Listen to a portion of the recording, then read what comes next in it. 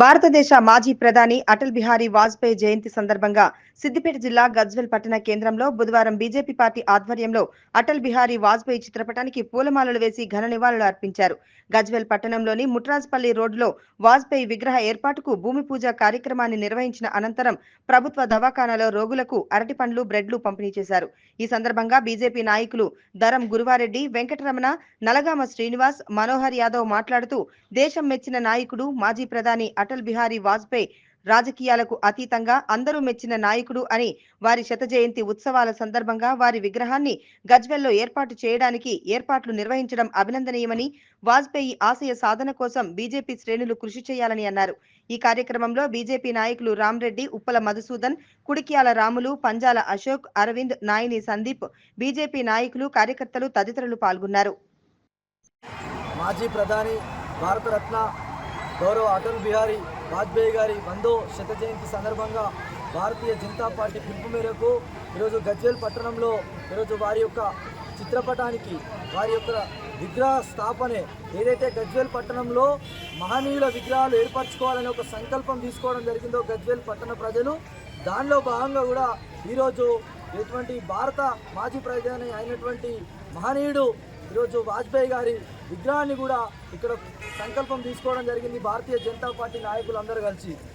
అదేవిధంగా ఈరోజు వారి యొక్క సేవలను, దేశానికి సంబంధించినటువంటి వారి సేవలను గుర్తించుకుంటూ ఈరోజు భారతీయ జనతా పార్టీ కార్యకర్తలు, సీనియర్ నాయకులు, మిగతా అందరి ఆధ్వర్యంలో ఈరోజు మేము అయితే గజ్వేల్ హాస్పిటల్లో పేషెంట్లకు ఈరోజు పండ్లు, బ్రెడ్ ప్యాకెట్లు కూడా పంచడం జరిగింది. వారిని ఈరోజు వారి సేవలు స్మరించుకోవాల్సిన అవసరం ఎంతైనా ఉందని తెలియజేస్తూ ఈరోజు వారు దేశానికి సంబంధించినటువంటి ప్రధానిగా ఉన్నప్పుడు శత్రు దేశాలను ఈరోజు గడగడలాడించినటువంటి ప్రధాని ఈరోజు వాజ్పేయి గారు ఆనాటి ప్రధాని అని చెప్పి మేము తెలియజేస్తూ ఉన్నాం. శ్రీ అటల్ బిహారీ వాజ్పేయి గారి శతాబ్ది ఉత్సవాల ప్రారంభం జరుగుతుంది. వారి 100వ జన్మదినం సందర్భంగా దేశవ్యాప్తంగా భారతీయ జనతా పార్టీ తర్వాత ఆర్ఎస్ఎస్ వివిధ క్షేత్రాలకు సంబంధించిన కార్యకర్తలందరూ కూడా ఒక దార్శనికుడు, విజనరీ, ఎటువంటి కష్టమైన క్లిష్ట పరిస్థితుల్లో భారతదేశాన్ని ఒక మలుపు తిప్పి డెవలప్మెంట్ రాజకీయాల వైపు, డెవలప్మెంట్ అభివృద్ధి వైపు ఈ దేశాన్ని నడిపించే ఒక మార్గదర్శకాన్ని చూపించిన శ్రీ అటల్ బిహారీ వాజ్పేయి గారి 100వ జన్మదిన సందర్భంగా ఇక్కడ గజ్వేల్ పట్టణంలో ఇక్కడున్న ఈ రోడ్డు, ఈ ప్రాంతాన్ని అటల్ బిహారీ వాజ్పేయి రోడ్డుగా ప్రకటిస్తున్నాం. మా ఆధ్వర్యంలోనే ఇక్కడ ఖచ్చితంగా అటల్ బిహారీ వాజ్పేయి గారి విగ్రహం ఏర్పాటు చేసుకుంటాం. ఆ తర్వాత ఈ విగ్రహ ప్రతిష్టాపన కోసం మేమందరం కలిసికట్టుగా తొందరగానే ఈ కార్యక్రమాన్ని కంప్లీట్ చేసుకొని వాజ్పేయి రోడ్లోనే బీజేపీ కార్యాలయము, బీజేపీకి సంబంధించిన యాక్టివిటీస్ అన్నీ కూడా ఉన్నాయి. కాబట్టి అటల్ బిహారీ వాజ్పేయి గారి జన్మదిన సందర్భంగా ఇవాళ అందరం ఇక్కడ వేడుకలు జరుపుకుంటున్నాం. ఇక్కడ నుంచి ఇక్కడ హాస్పిటల్కి వెళ్ళి పేదవాళ్లకు పళ్ళు పంపిణీ ఉంటుంది. ఆ తర్వాత ఒక ఇంపార్టెంట్ విషయం ఏంటంటే, వాజ్పేయి గారి నాయకత్వంలో ఏదైతే అభివృద్ధి వైపు అడుగులేసిందో ఈ దేశం, అటువంటి ఆ అడుగుజాడల్లోనే ఆ విజన్ తోటే ఇవాళ నరేంద్ర మోదీ గారి నాయకత్వంలో ఈరోజు దేశం మొత్తం మీద అటల్ బిహారీ వాజ్పేయి గారి యొక్క శత జయంతి ఉత్సవాలు అనేటువంటిది మనము జరుపుకుంటూ ఉన్నాము.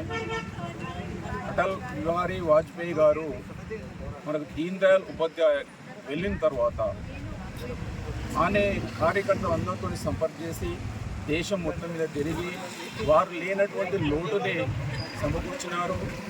జయప్రకాష్ నారాయణ్ గారు దేశం యొక్క డెవలప్మెంట్ ఆ రోజు ఉన్నటువంటి పరిస్థితులలో అన్ని పార్టీలు కలిసి పనిచేయాలనేటువంటి పిలుపు మేరకు జనసంఘ్ అనేటువంటి ఒక ఆర్గనైజేషన్ని జనతా పార్టీలో కలిపి ఆ రోజు కలిసి పనిచేస్తున్నారు.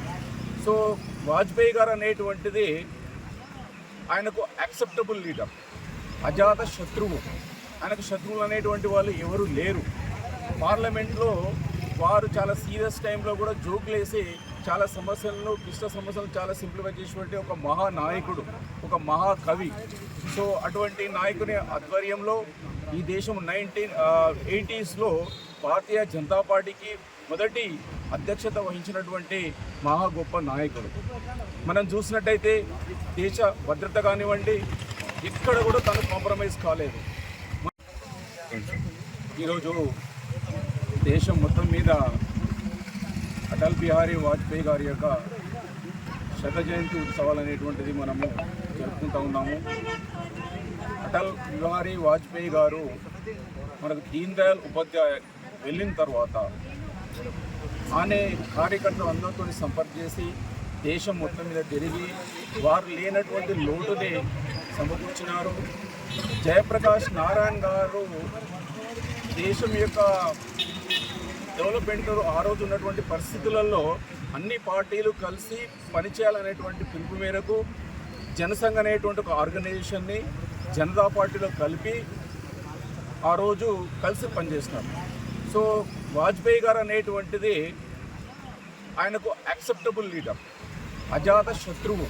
ఆయనకు శత్రువులు అనేటువంటి వాళ్ళు ఎవరు లేరు. పార్లమెంట్లో వారు చాలా సీరియస్ టైంలో కూడా జోకులేసి చాలా సమస్యలను, క్లిష్ట సమస్యలను చాలా సింప్లిఫై చేసేటువంటి ఒక మహానాయకుడు, ఒక మహాకవి. సో అటువంటి నాయకుని ఆధ్వర్యంలో ఈ దేశం 1980s భారతీయ జనతా పార్టీకి మొదటి అధ్యక్షత వహించినటువంటి మహా గొప్ప నాయకుడు. మనం చూసినట్టయితే దేశ భద్రత కానివ్వండి, ఇక్కడ కూడా తను కాంప్రమైజ్ కాలేదు.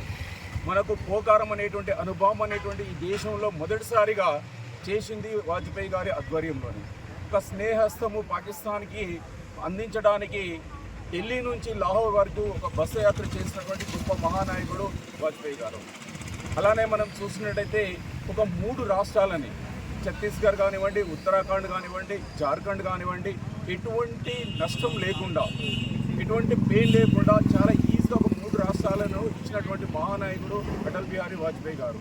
వారి యొక్క స్ఫూర్తితోనే మన తెలంగాణలో కూడా తెలంగాణ ఉద్యమం జరిగి సపరేట్ తెలంగాణ రాష్ట్రం అనేటువంటిది మనము ఏర్పరచుకున్నాము. ఈ వారు చేసినటువంటి యొక్క సేవలు ఏదైతే ఉన్నాయో ఆ సేవలను దృష్టి పెట్టుకొని గుడ్ గవర్నెన్స్ డే అనేటువంటిది ఈ రోజును 25 డిసెంబర్ని నరేంద్ర మోదీ గారు 2014లో అనౌన్స్ చేసినారు. ఒక గుడ్ గవర్నెన్స్ డే అనేటువంటిది మనమందరం కూడా దీన్ని అబ్జర్వ్ చేసుకుంటాము అనుకుంటున్నాము. అలానే మనకు వారికి భారతరత్న